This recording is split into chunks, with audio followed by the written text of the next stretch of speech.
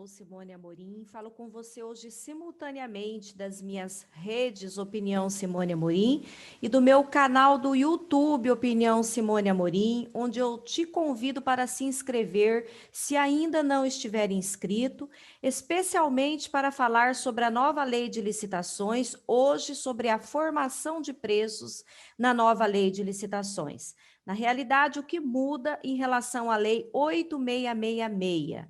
Como a partir de agora eu passo a fazer também aulas ao vivo, lives através do meu canal do YouTube, em dia e horário que passaria a divulgar nas minhas redes, para otimizar as minhas operações como instrutora e multiplicadora deste tema, nova lei de licitações, eu terei então que começar a fazer vídeos simultâneos. Antes eu fazia vídeos mais completos para o meu canal e um resumo para o IGTV. Agora farei vídeos mais curtos, simultaneamente transmitidos nas duas vias, e passaria a lhe convidar para assistir às aulas ao vivo pelo meu canal Opinião Simone Amorim, não só os meus seguidores, mas aberto para todo o público, em razão de termos que iniciar, então, aí um enfrentamento para finalmente transitarmos entre as duas leis vigentes de licitação até a definitiva transição para a Lei 14.133. Então, te convido para uma aula especial aqui sobre a nossa nova lei de licitações, especialmente sobre a formação de preços. Eu vou compartilhar com vocês aqui na tela, então, o material de hoje. Esta aula, repito, simultaneamente transmitida, gravada, e a partir de muito breve estarei avisando aqui e compartilhando com vocês, então, aulas ao vivo através do meu canal. Pois bem, a formação de preços na nova lei de licitações, um tema super interessante, importantíssimo, porque é a partir da formação de preços que nós teremos na licitação a sua efetividade, e a nova lei de licitações que vem aí se empenhando para que as boas práticas que lhes foram passadas através, nesse período todo, de legislações esparsas, fora da nossa lei 8666, portanto, de maneira explicitada agora na nossa nova lei 14.133, ela vem se esforçando, então, para que essas boas práticas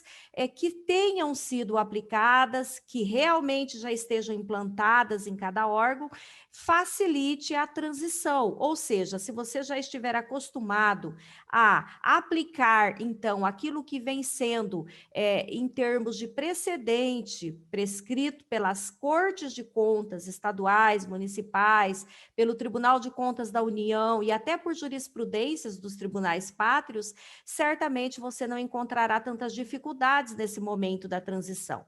Pois bem, então,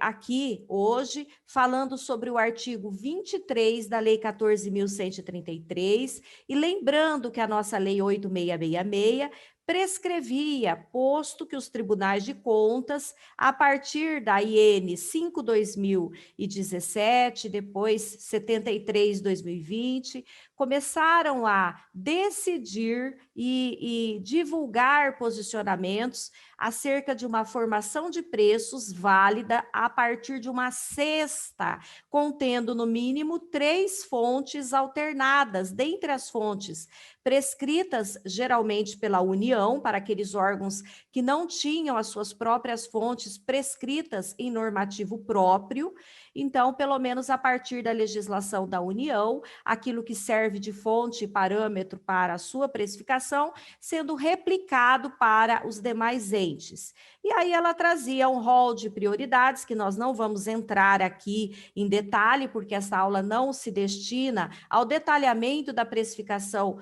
conforme ela é hoje, e sim apenas umas nuances comparativas entre os dois normativos. Mas, se você quiser saber mais, inclusive, aqui o meu curso sobre planilha de custos, precificação, reequilíbrio econômico-financeiro, disponível lá no meu site, no meu blog Opinião Simone Amorim, onde eu divulgo a inscrição, ainda por tempo limitado, de um curso que lhe ensina a elaborar pesquisa de preços, conforme as regras atuais e, inclusive, orientando fornecedores às suas melhores propostas a partir da planilha de custos. Então, um curso para servidores e fornecedores disponível, então, no meu blog Opinião Simone Amorim, nas minhas redes sociais, lá no meu Instagram também, o link na bio desse curso, muito importante, que vai lhe facilitar a transição para a nova lei. Mas voltando aqui para a nova lei, no seu artigo 23, nós temos que o valor previamente estimado da contratação deverá ser compatível com os valores praticados pelo mercado. Então, essa é a regra que me parece principal, que permanece, porquanto na nossa atual conjuntura, essa já é a regra, os tribunais de contas decidindo, né, que há a necessidade de se parametrizar os custos do orçamento estimável a partir dos custos para aquele objeto praticados no mercado. Então, se o cotador não conseguir chegar a esse intento, que é os custos de acordo com os custos de mercado, por óbvio que ele poderá ser responsabilizado. Então, independentemente da metodologia que você adota na sua pesquisa, da justificativa que você dá para a adoção daquela metodologia, das regras que hoje imperam acerca da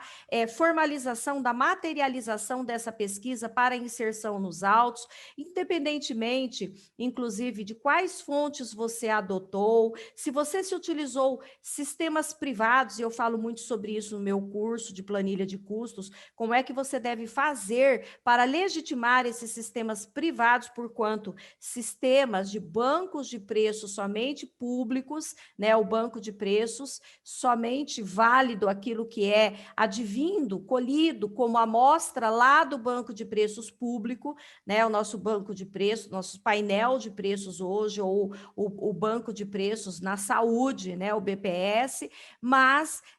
há uma possibilidade de utilização desses sistemas privados que facilitam as nossas vidas enquanto cotadores de preços de uma forma segura, explicitado lá no meu curso.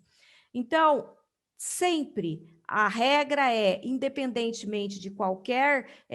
dessas nuances aqui mencionadas, que o preço praticado esteja de acordo, o preço indicado na sua pesquisa esteja de acordo com o preço praticado no mercado. E aqui a lei ainda traz considerados os bancos constantes, né, de bancos de dados públicos, olha só, e as quantidades a serem contratadas, ou seja, na prática, os preços praticados, consideradas as quantidades adquiridas, ou seja, também veio explicitado, isso para mim foi um avanço na letra da nova lei de licitações, que aquele valor praticado por aquela licitação que você toma como parâmetro precisa ser considerado em relação às quantidades hora adquiridas à sua licitação. Então, também a lei nos traz que dentre os parâmetros adotados, e olha só, nós voltaremos aqui nesse dispositivo daqui a pouco, de forma combinada ou não, quais as fontes, então? O banco de preços constante, tanto para os preços da saúde como para os demais objetos, então, painel de preços hoje, ou banco de preços na saúde, BPS, estarão inseridos dentro do Portal Nacional de Contratações Públicas. Também estarão inseridos os preços praticados no âmbito nacional para aquele objeto, dentro do painel. Portanto, o Portal Nacional de Contratações Públicas, que ainda não foi regulamentado, virá, contudo, na nova lei de licitações, será criado, instituído, regulamentado pela União e servirá para diversos fins. Nós temos aula específica sobre o painel de preços, que estaremos falando aqui, inclusive, em momentos oportunos, nessas aulas aulas ao vivo, inclusive, que estaremos disponibilizando aqui no meu canal Opinião Simone Amorim. Aliás, se você gostar da minha aula e ainda não estiver inscrito, se inscreva, porque eu dependo desta interação para um maior alcance do meu conteúdo e o fim a que me proponho. Voltando aqui, então, à formação de preços, de acordo com a nova lei de licitações, nós temos contratações similares feitas pela administração, também como um parâmetro, desde que até um ano anterior à data da pesquisa de preços. Então, as contratações vão continuar sendo fonte principal, né? As principais fontes aqui, então, contratação de um outro órgão para aquele objeto. Né? Olha só, pesquisa em mídia especializada, isso não mudou muito em relação à Lei 8666, traz aqui explicitado aquilo que as boas práticas já indicavam. Pesquisa direta com no mínimo 3 fornecedores, isso aqui nós temos uma inovação, embora pela prática já seja usual pesquisa de preços com no mínimo 3 fornecedores, e hoje nós sabemos que grande parte das contratações se pautam apenas na pesquisa de preços junto a fornecedores, e que esta prática precisava ser abolida da nossa rotina no momento da formação de preços, porque por colher nesta cesta válida de produtos apenas preços junto a fornecedores, e muitas vezes há fornecedores usuais que costumavam cotar para o órgão, isso direcionava a um preço maior, portanto, a uma formação de preço, um preço estimável para a licitação, maior do que a de fato é real em relação ao preço praticado no mercado. E isso veio sendo combatido pelos tribunais de contas nos últimos tempos, dito de forma explícita nas decisões de todos os tribunais de contas país afora, que haveria necessidade da formação de preço a partir de 3 preços válidos e colhidos de fontes diferentes, alternadas entre si, a partir das fontes indicadas no mercado. E aí, nós vemos na legislação. E aí nós vimos, então, que esta metodologia, a partir de 3 fornecedores, e antes é preciso entender a diferença crucial que há entre a Lei 8666 e agora a 14.133. Antes nós tínhamos um fornecedor ou 10 fornecedores, era apenas uma fonte. Aqui continua sendo apenas uma fonte, mas desde que seja no mínimo 3 fornecedores, e as boas práticas indicam que quando você for se utilizar somente dessa fonte, 3 fornecedores ainda acaba sendo pouco para a nossa formação de preços. Agora, desde que a nova lei traz isso, justificativa da escolha desses fornecedores seja juntada aos autos. Então, por que o órgão escolheu esses fornecedores para fazer a cotação? Quais as suas razões e motivo de estar, então, optando somente pela pesquisa, né? Porque aqui a grande novidade, eu disse que voltaria, é que nós temos a possibilidade, então, de utilizar esses parâmetros de forma combinada ou não entre si, e isso nós temos que, na prática, ainda debater para que as novas práticas formem precedentes seguros em relação à precificação, porquanto a adoção deste parâmetro de forma isolada, apenas 3 fornecedores, se as cortes de contas não se pautarem nessa justificativa da escolha desses fornecedores, certamente estaremos regredindo naquilo que as boas práticas nos ensinaram até agora. Também pesquisa na Base Nacional de Notas Fiscais Eletrônicas, em forma que ainda não foi regulamentada. Esta pesquisa, essa fonte, consiste numa fonte nova, numa inovação que vai auxiliar bastante também o cotador. Nós temos a precificação de obras, que não é o nosso objetivo aqui nesta aula, porquanto com muitas novidades. Precificação de obras precisa ser detalhada e será objeto de uma aula exclusiva, uma destas aulas que trarei a vocês gravadas, ou até mesmo as aulas que serão doravante disponibilizadas ao vivo e divulgadas nas minhas redes. Nós falaremos sobre tantas mudanças que a nova lei de licitações traz para o objeto obras, e especialmente em relação à precificação. ok? Agora tudo é consolidado na nossa nova lei, sem a necessidade de estarmos buscando normativos esparsos, e isso tenho falado bastante. Apontei num artigo publicado no meu blog, aqui, Opinião Simone Amorim, onde deixo para vocês aqui na descrição, inclusive, o link de acesso, e lá apontei os principais pontos, os pontos positivos da nossa nova lei de licitações, e não obstante acirradas críticas de colegas que estão apontando aí, doravante, nos seus comentários e análises acerca da nova lei de licitações, respeitadas as críticas e posicionamentos dos colegas, mas eu pontuo as questões positivas, o lado bom da nossa nova lei de licitações, num artigo que publiquei recentemente no meu blog, certo? Opinião Simone Amorim. Te convido para conhecer o meu blog, onde todas as semanas eu publico a nossa legislação acerca aí de licitações, decisões importantes, notícias que nos atualizam em relação às contratações públicas. Então, acompanhe no meu blog, certo? O link está aí na descrição, assim como o link para o meu curso, como elaborar pesquisas de preços de forma segura, levando em consideração as metodologias, levando em consideração as fontes, levando em consideração o que precisa ser efetivamente considerado para que você faça uma boa pesquisa de mercado, para que você, servidor,